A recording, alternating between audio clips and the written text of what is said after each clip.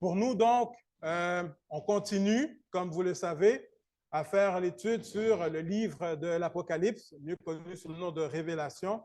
Et nous arrivons vers la fin.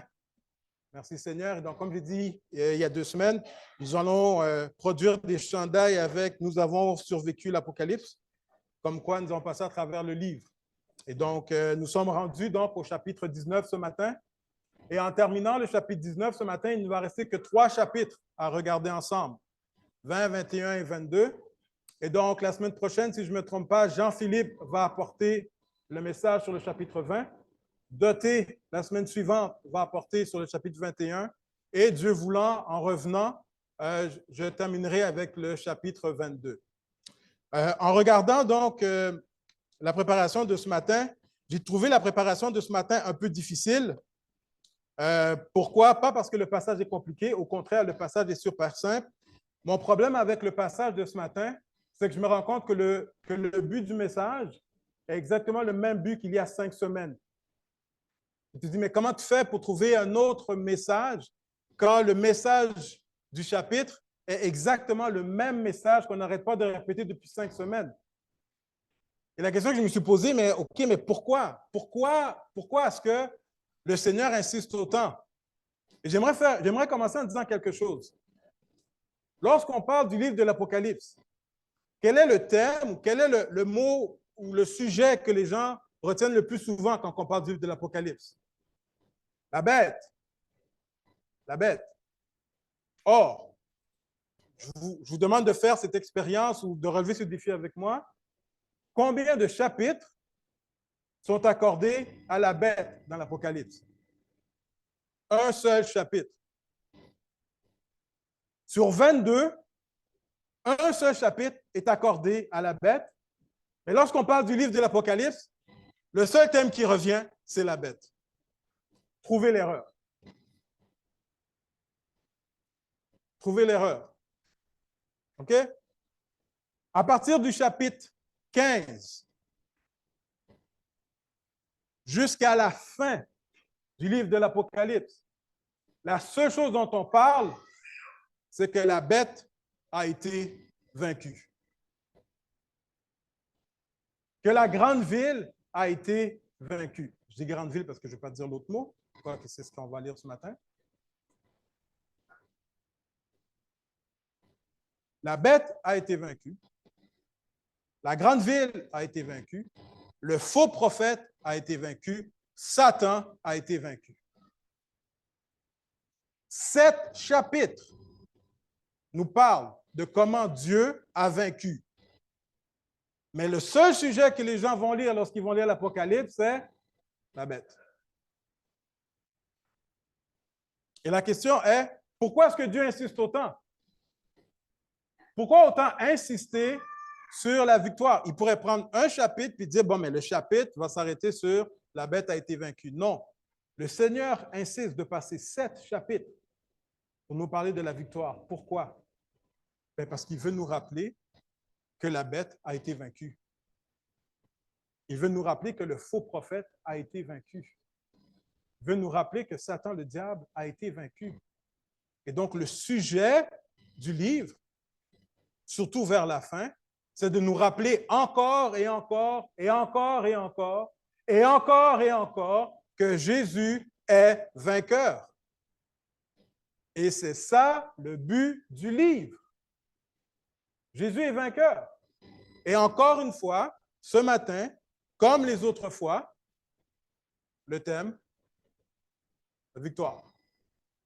Et donc, je vous invite à faire la lecture avec moi dans Révélation, Apocalypse, chapitre 19, et de voir cela encore une fois.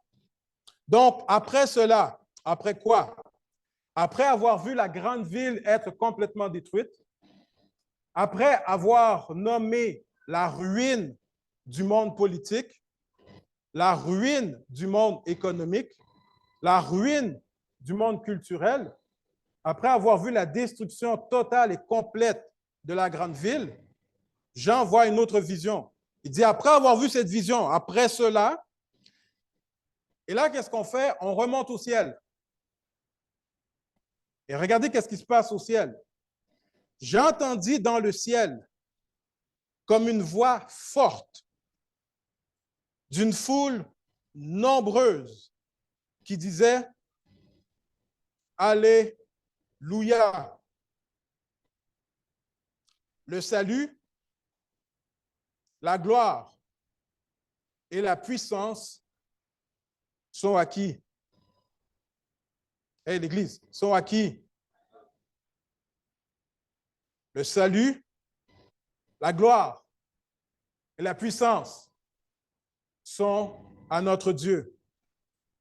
Pourquoi? Parce que ses jugements sont véritables et justes.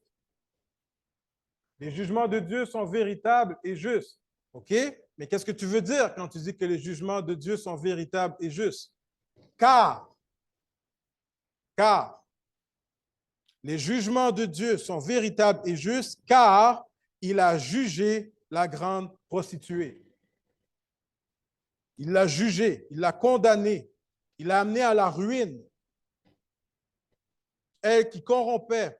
Et donc, cette grande ville faisait deux choses. Premièrement, elle corrompait la terre par son impudicité. Et encore une fois, on a vu que qu'est-ce que ça veut dire? C'est que cette grande ville, avec son monde politique, économique, culturel, amenait les gens à se détourner de Dieu, amenait les gens à adorer la bête et le faux prophète au lieu d'amener les gens à adorer Dieu.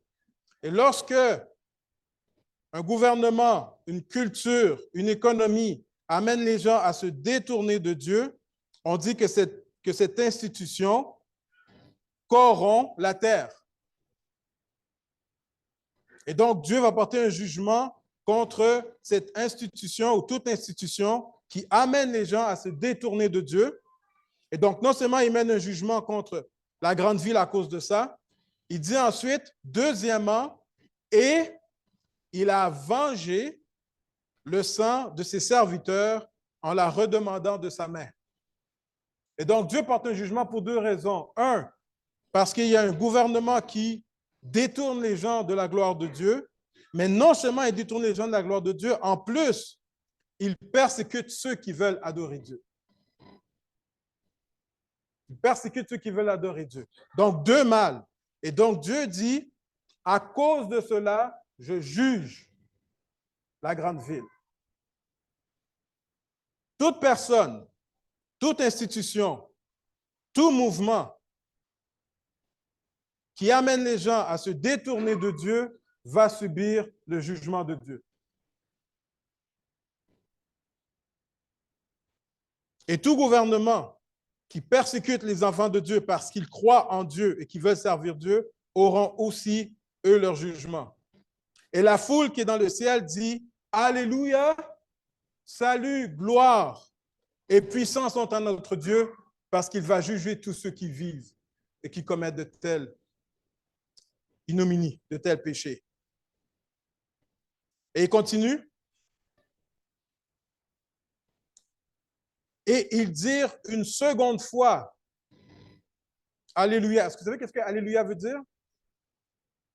Loué soit l'Éternel. Loué soit l'Éternel.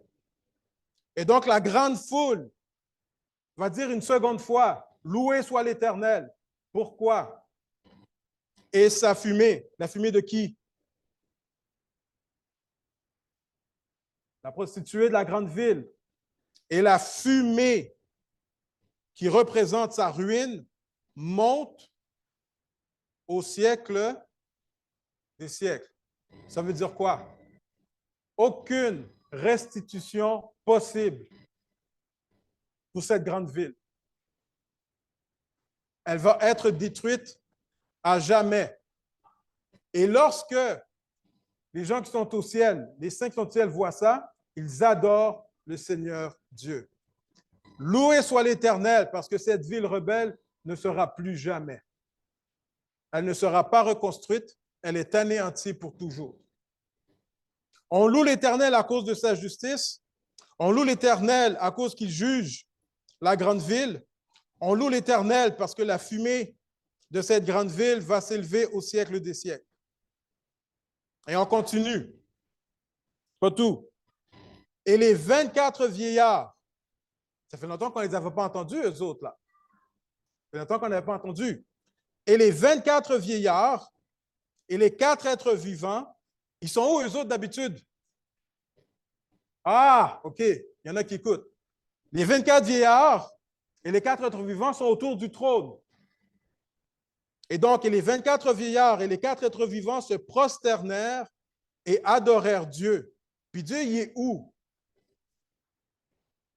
Il est assis. Puis il est assis où? Sur son trône. Depuis la création du monde jusqu'à la consommation des temps, Dieu est assis sur son trône. Aucun événement sur terre ne déloge Dieu sur son trône. Où était Dieu lors du déluge? Il était sur son trône. Et si Dieu reste sur son trône depuis la création du monde jusqu'à la consommation des temps, qu'est-ce que ça veut dire pour moi?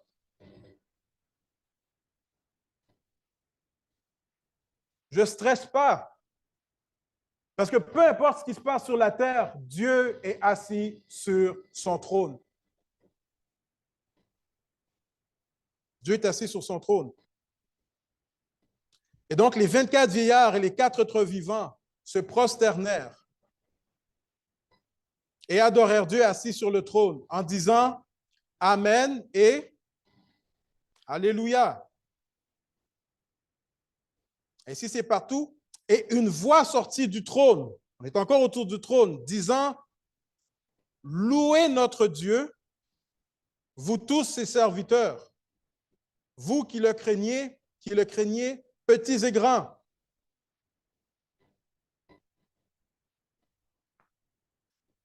Et donc, il y a un appel à adorer le Seigneur.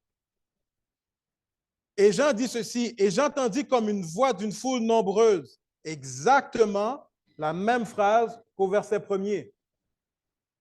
Et j'entendis comme une voix d'une foule nombreuse, comme un bruit de grosse eau et comme un bruit de fort tonnerre, disant quoi?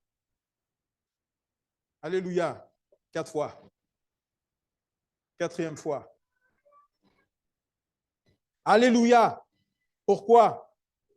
Car le Seigneur, notre Dieu Tout-Puissant, est entré dans son règne. Réjouissons-nous et soyons dans l'allégresse et donnons-lui gloire, car les noces de l'agneau sont venues et son épouse s'est préparée. Réjouissons-nous et soyons dans l'allégresse. Es-tu le genre de chrétien que lorsque les gens te regardent, ils disent « Ce gars-là, il est joyeux » ou est-ce qu'on a toujours le visage abattu? Réjouissons-nous et soyons dans l'allégresse, car les noces de l'agneau sont venues. Et son épouse s'est préparée et il lui a été donné de se revêtir de fin lin. C'est qui se revêtit de fin lin ici? L'Église, l'épouse. J'aimerais souligner le mot fin lin, parce qu'on ne voit pas le félin comme l'animal, mais fin lin. OK? On va revenir dans le texte avec ce mot. Ce mot revient. OK? Et il lui a donné de se revêtir de fin lin, l'épouse, éclatant, pur. Car le fin lin, ce sont les œuvres justes des saints. Chaque bonne œuvre que tu fais dans le Seigneur, c'est un morceau de tissu que tu ramènes sur toi lorsque tu vas arriver dans l'éternité. Et c'est pour ça que la parole nous dit qu'il n'y a aucune bonne œuvre qu'on fait qui est faite en vain. Quand tu pries, prie. Parce que chaque prière, qu'elle soit exaucée ou pas, porte sa récompense pour toi. Chaque bonne œuvre que tu fais, fais-le. Parce que même si les gens ne le voient pas, même si les gens ne le mentionnent pas, une récompense est avec toi pour chaque bonne œuvre que tu fais dans le Seigneur. Et donc, il dit de l'Église est revêtue de fin lin éclatant, pur, car le fin lin, ce sont les œuvres des justes. Et l'ange me dit, écris, écris. Heureux ceux qui sont appelés. C'est qui les appelés ici? C'est toi. C'est toi ce matin. Ce texte s'adresse à toi. Heureux ceux qui sont appelés au festin des noces de l'agneau. Et il me dit, ces paroles sont les véritables paroles de Dieu. Ça veut dire quoi? Écrit, car ces paroles sont les véritables paroles de Dieu. Lorsque Dieu parle, qui peut s'opposer? Lorsque Dieu fait une déclaration, qui peut aller contre la déclaration de Dieu? Écrit, parce que ces paroles sont certaines et véritables. Et puis là, Jean, il perd la tête. Jean, il perd la tête. Jean, il voit la vision qu'une grande foule adore le Seigneur, crie Alléluia 4 fois. Le Seigneur est fidèle, le Seigneur est juste. Et Jean entend la foule, une grande foule avec le tonnerre. Il voit les 24 vieillards qui se prosternent. Il voit les 4 êtres vivants qui se prosternent.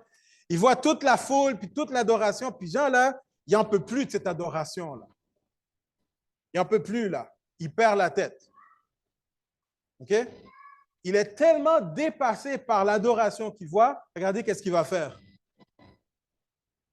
Et je tombais à ses pieds. Aux pieds de qui? De l'ange. Et je tombais à ses pieds pour l'adorer.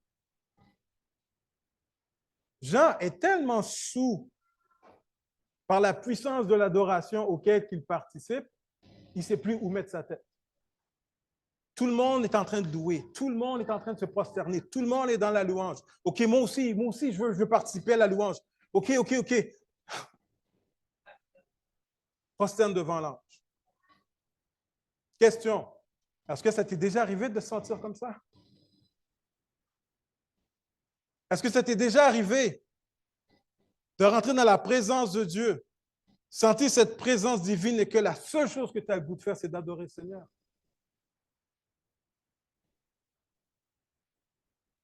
Et je tombais à ses pieds pour l'adorer, tellement je suis dépassé par ce que je vois et ce que j'entends. Mais il me dit, garde-toi de le faire. Je suis ton compagnon de service et celui de tes frères qui ont le témoignage de Jésus. Adore Dieu. Adore Dieu. Car le témoignage de Jésus est l'esprit de la prophétie. Toute prophétie qui est dans la Bible pointe vers Jésus. Toute prophétie qui découle de la Bible pointe vers Jésus. Jésus est la révélation ultime de la prophétie de Dieu. Là, la vision ici, elle se termine. Et à partir de là, maintenant, commence la deuxième vision que Jean voit. Les versets 1 à 10 nous parlent de cette adoration, de cette louange, de cette proclamation qui est là. Et à partir du verset 11, donc l'adoration des versets 1 à 10 nous rappelle que dans le chapitre précédent, on voit la destruction. Et à partir du verset 11 jusqu'à la fin du chapitre, on voit que l'adoration amène à un autre événement. Et donc, l'adoration se situe entre deux événements particuliers, la destruction de la grande ville et un autre événement qui suit après, qui commence ici. Il dit, puis je vis le ciel ouvert, et voici parut un cheval blanc. Celui qui le montait s'appelle fidèle et véritable, et il juge et combat avec justice. Ses yeux étaient comme une flamme de feu. Sur sa tête étaient plusieurs diadèmes. Il avait un nom écrit que personne ne connaît, si ce n'est lui-même. Et il était revêtu d'un vêtement teint de sang. Son nom est la parole de Dieu. Si j'avais le temps, sérieusement, là, il faudrait qu'on prenne chacune des descriptions pour expliquer qu'est-ce que ça veut dire. On a ici une description de Jésus-Christ comme on n'en trouve nulle part dans la Bible. Extraordinaire la description de Jésus ici. Je vais prendre juste un. On dit que Jésus avait plusieurs diadèmes. Ça fait référence à quoi? La bête. Vous vous rappelez que la bête aussi avait des diadèmes? 7 et 3, 10. Mais pour faire contraste à la bête, on te dit que non seulement Dieu a aussi des couronnes, mais il en a plusieurs qui vont au-delà de ce que la bête avait comme couronne. Si la bête avait des couronnes, Jésus en a encore plus. Parce que Jésus est le roi des rois, le Seigneur des seigneurs. Son nom est la parole de Dieu. Et là encore, je passe, parce que passer à autre chose. Les armées? Ouais.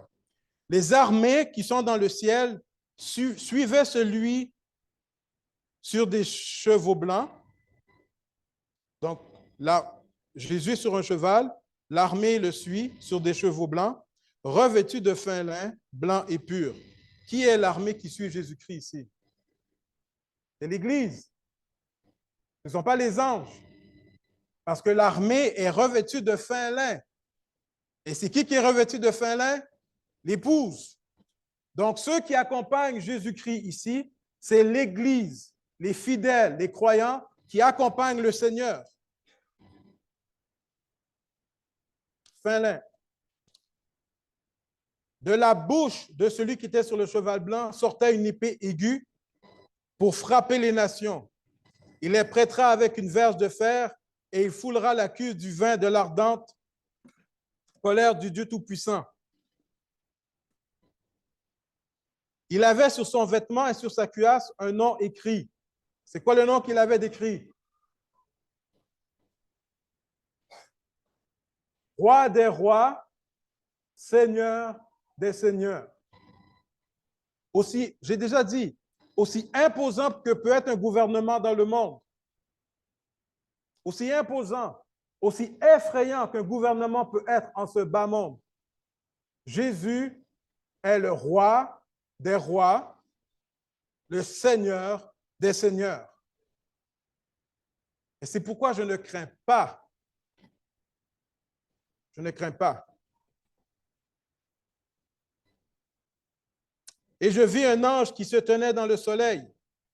Et il cria d'une voix forte, disant à tous les oiseaux qui volaient par le milieu du ciel, « Venez, rassemblez-vous pour le grand festin de Dieu. »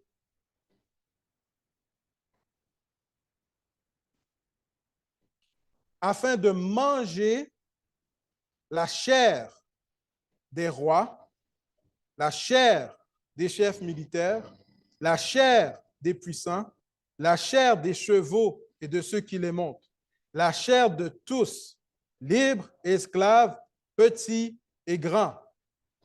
Tous ceux qui auront accompagné la bête serviront de nourriture aux oiseaux du ciel. Maintenant, est-ce que c'est littéral ou c'est une image?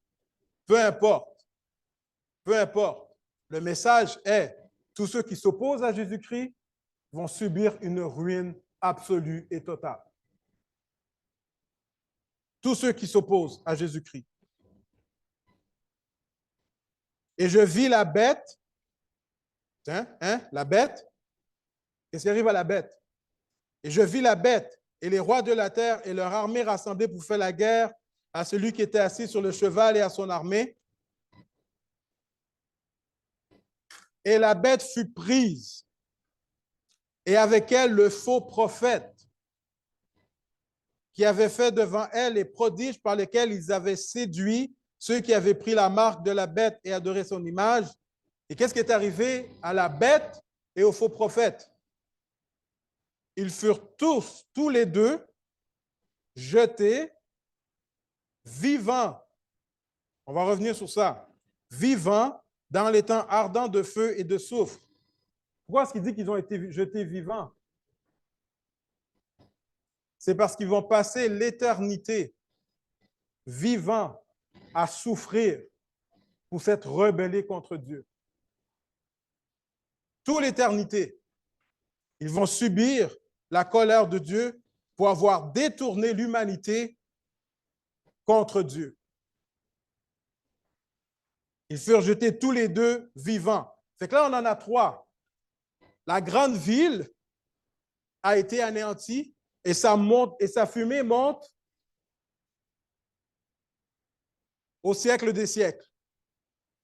On a la bête qui a été prise et on a le faux prophète qui sont pris et ils sont jetés vivants dans les temps de soufre en enfer. 3,5 sur 4 ont été complètement anéantis. Il nous en reste un. Si Dieu fait grâce, la semaine prochaine, on va voir qu'est-ce qui arrive au dernier. Et les autres. Mais les autres, c'est qui? Les rois, les puissants et tous ceux qui ont suivi la bête.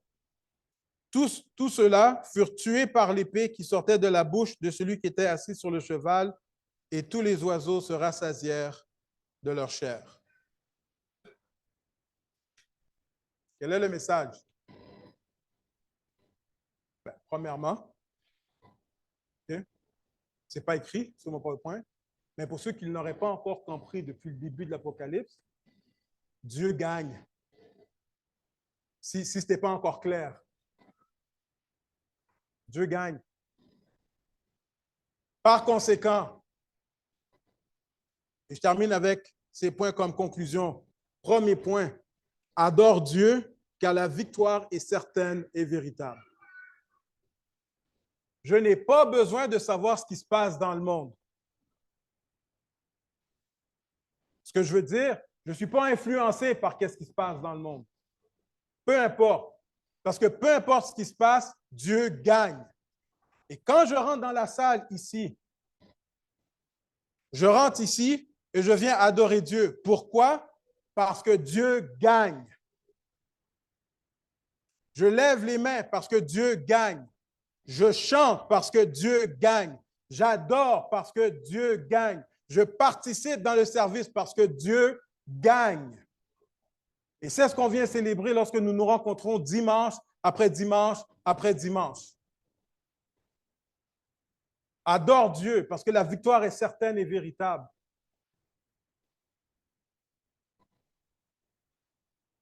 En même temps, on ne veut pas être orgueilleux. On adore Dieu dans une attitude d'humilité mélangée d'assurance. Pourquoi humilité? Parce que la victoire ne dépend pas de nous. Ce n'est pas moi qui fais que Dieu gagne. Je ne participe pas dans la victoire de Dieu. Dieu gagne tout seul. Dieu n'a pas besoin de moi. Que je croie ou que je ne crois pas, que je sers ou que je ne sers pas, Dieu gagne. Donc, ça me garde dans l'humilité. Si je suis fier dans le Seigneur. Paul va dire, si je me glorifie quoi? Dans le Seigneur. Et finalement, je vais inviter l'équipe de louange pour le dernier chant. Que la victoire de Dieu soit la source de notre joie en Jésus au milieu des circonstances difficiles. Laisse-moi te dire. Peu importe l'épreuve que tu vis, peu importe la difficulté dans laquelle tu es, peu importe la circonstance qui te dépasse, rappelle-toi, Dieu gagne. Marche la tête haute. Sois le sel de la terre. Et le sel de la terre, c'est quoi? C'est de dire aux gens, si toi tu paniques par tout ce qui se passe dans le monde, pas moi. Si toi tu es stressé par ce qui se passe dans le monde, pas moi. Pourquoi? Parce que je sais que mon Dieu gagne. Jésus est le roi des rois et le Seigneur des seigneurs. Alors, peu importe ta circonstance et ta situation, lève-toi et adore Dieu parce que la victoire t'appartient. Amen. Amen.